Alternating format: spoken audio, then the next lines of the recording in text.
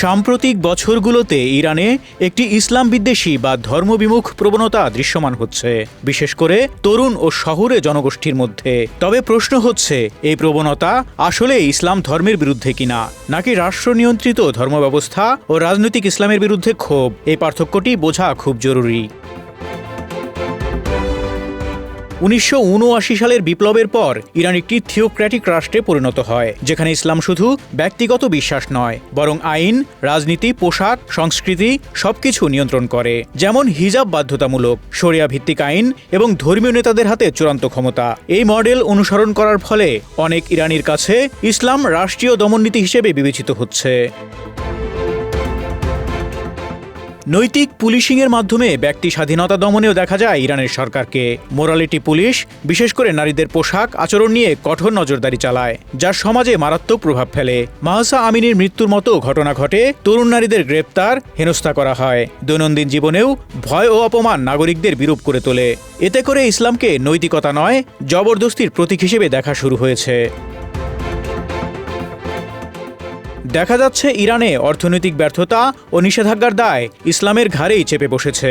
বর্তমানে দেশটিতে রয়েছে উচ্চ বেকারত্ব, মুদ্রাস্ফীতি, দারিদ্র্য, আন্তর্জাতিক নিষেধাজ্ঞা। বিষয়গুলো সামাল দিতে গিয়ে রাষ্ট্র সবকিছুই ইসলামী বিপ্লবের আদর্শ রক্ষার নামে পরিচালনা করে। ফলে জনগণ মনে করে ইসলামের নামে শাসনই তাদের অর্থনৈতিক দুর্দশার কারণ।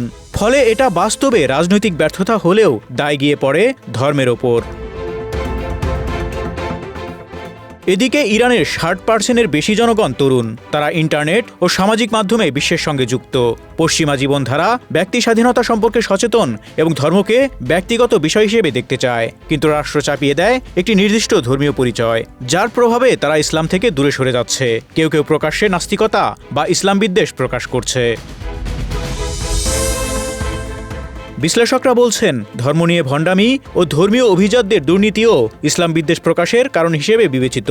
যেমন অনেক ধর্মীয় নেতা ও শাসক গোষ্ঠী বিলাসবহুল জীবনযাপন করে, ক্ষমতার অপব্যবহার করে এবং দুর্নীতিতে জড়িত, কিন্তু সাধারণ মানুষকে উপদেশ দেয় ধর্ম ত্যাগ, নৈতিকতা নিয়ে। এতে ইসলামকে মনে করা হয় ভণ্ড শাসকদের হাতিয়ার। এছাড়া অনেক ইরানি নিজেদের পরিচয় খোঁজে প্রাক ইসলামিক পারস্য সভ্যতাতে, যেমন জোরো অস্ট্রিয়ান ঐতিহ্য, সাইরাস দ্য গ্রেট ও পারস্য ভাষা ও সংস্কৃতি। ফলে রাষ্ট্র যখন ইসলামকেই একমাত্র পরিচয় হিসেবে চাপায়, তখন কিছু মানুষ প্রতিক্রিয়ায় ইসলাম বিরোধী জাতীয়তাবাদের দিকে ঝুঁকে পড়ে। তবে গুরুত্বপূর্ণ পার্থক্য সামনে আনা জরুরি যে সব ইরানি ইসলাম বিদ্বেষী নয়। অনেকেই এখনও ধার্মিক, অনেকেই ইসলামকে ভালোবাসে কিন্তু রাষ্ট্রীয় ইসলামের বিরোধী, এবং কেউ কেউ নীরবে বিশ্বাস পালন করে থাকেন।